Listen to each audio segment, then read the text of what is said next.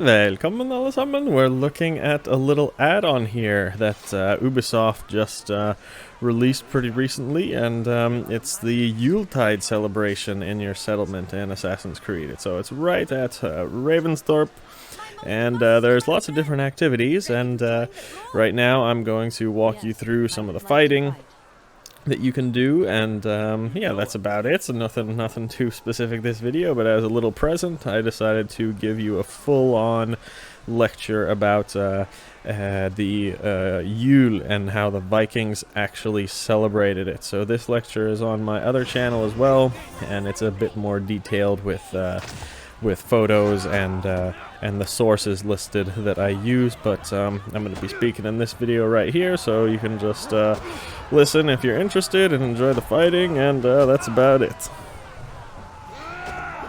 Nice. First, let's speak about the date.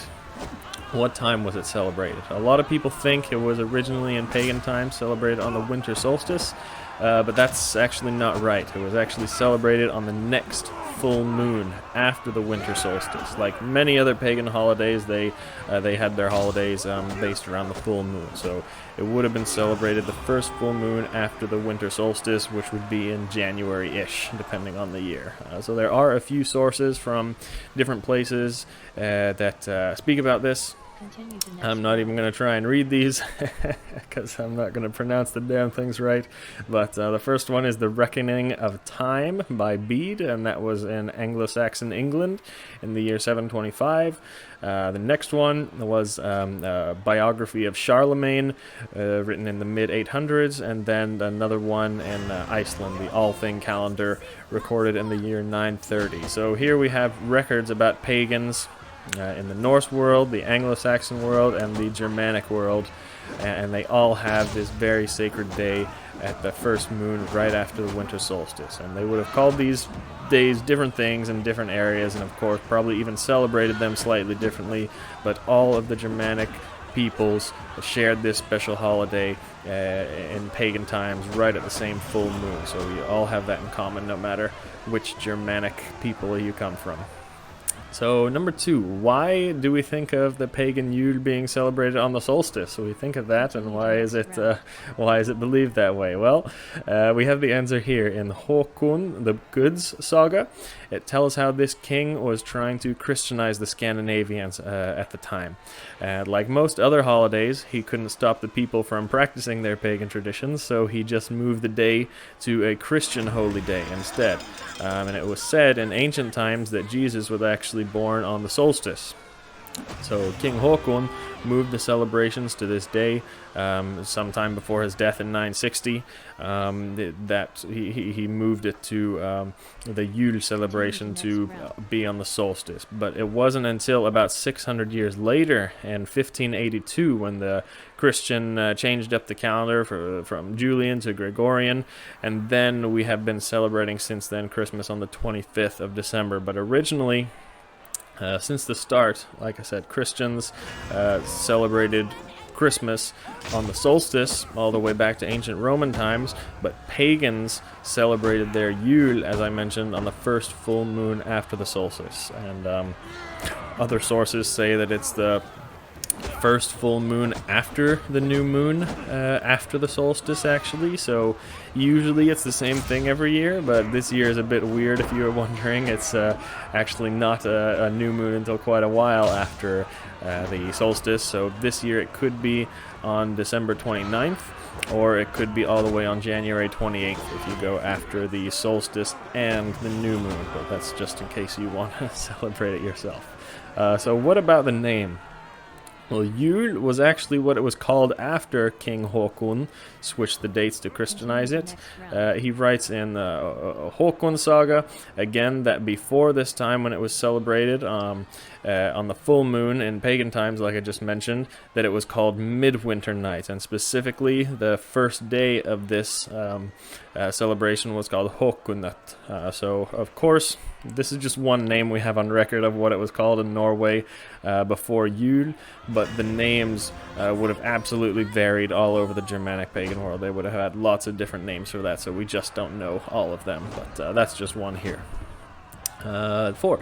How old is Yule? How old is this pagan celebration? Well, the word Yule, as I mentioned, is thought by scholars to have not come up until the mid-900s, until King Haakon's time. But we have some sources in England in the 800s, where the month in December, January is called Juli, and also in much older Gothic source from the 300s calls this month Fruna Juleis. I don't know how to pronounce that, but you'll see it here.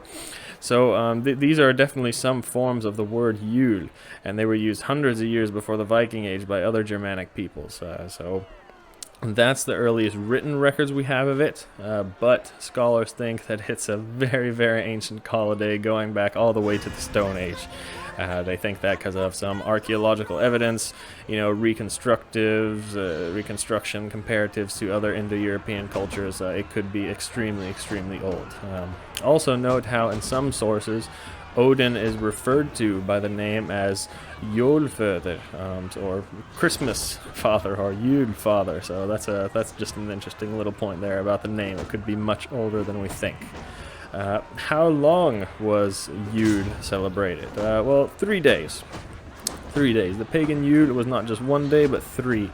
And they were all considered very holy. We have a few sources that say this.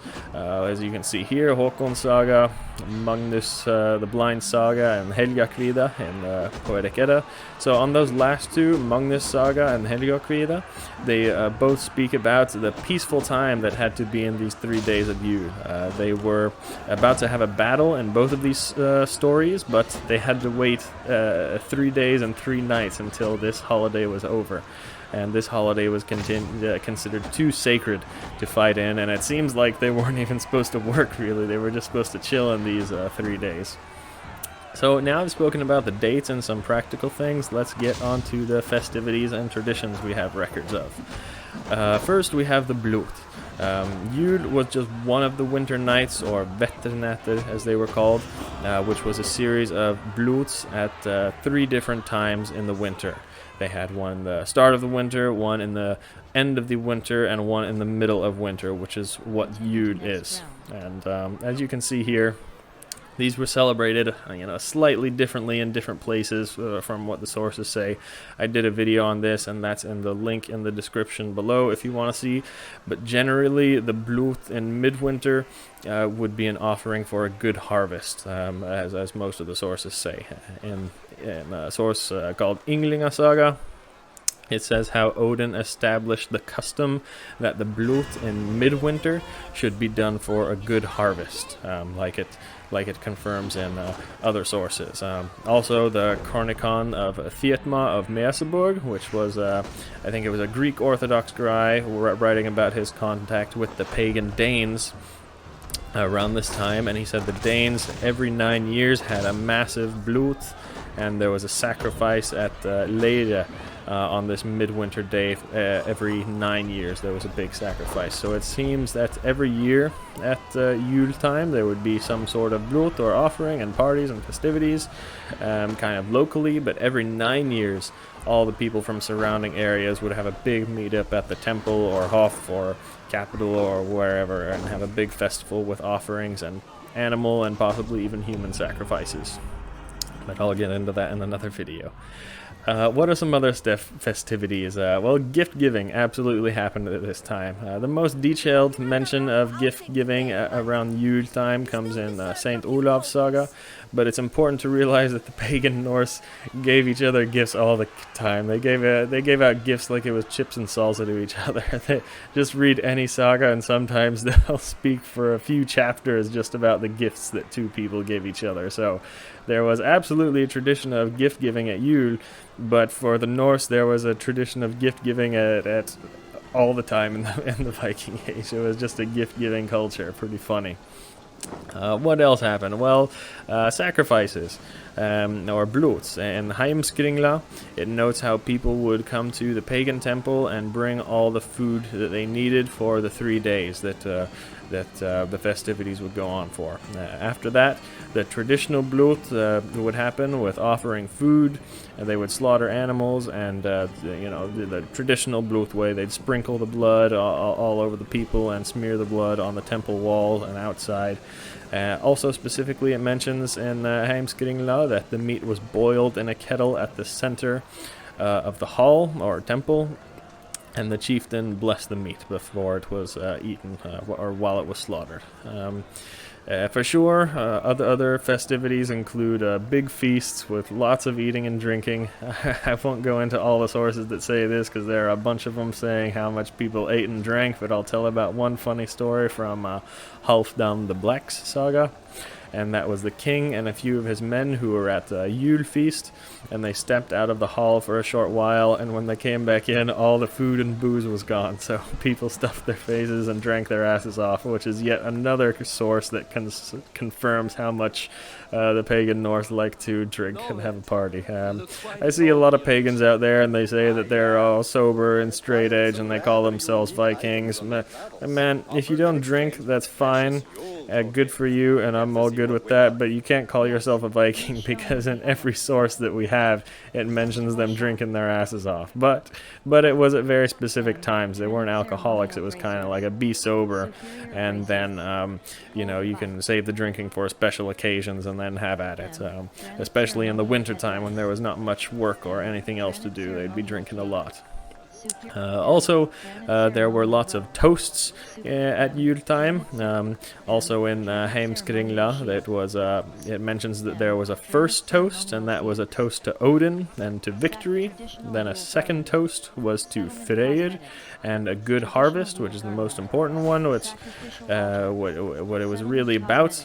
And third was a toast to the king or chieftain that resided over the area. And also, some additional toasts were drank to the dead kinsmen and this source. Also, we have another source that speaks about a Yule boar, the Christmas pig, or the Christmas ham. So in Hervara saga, they brought the feast. They brought a boar to the feast, and that was going to be sacrificed and eaten. But before that, people all swore oaths. They swore oaths, pledging loyalty to each other, some making promises to themselves, some people settling legal disputes, and they all went around pledging oaths to this boar before they killed and ate the boar. So this is probably where the tradition of eating a Christmas ham comes from. Also in Scandinavia, we have the most goddamn delicious thing in the world, and that's called julegrisen, and that's just a pig made out of marzipan, and that shows up everywhere around Christmas time. They look just like this, and I probably eat about 50 of those in the couple weeks around Christmas. They're damn delicious. So that's a very cool little thing that we still do today that probably has very ancient pagan origins. That's all we have for the sources pretty much about how Yule was celebrated in pagan times. Like I said before, these are just records from a few areas, and it's not sure whether these things were celebrated like this all over the Norse pagan world or Germanic pagan world. There were for sure some regional differences in different places, but they all would have had the same general guidelines. They would have celebrated kind of the same way with the same purpose. However, these are what the sources say that I've gone over here, but we're only at the halfway point here. There are probably a lot more traditions associated with the pagan Yule.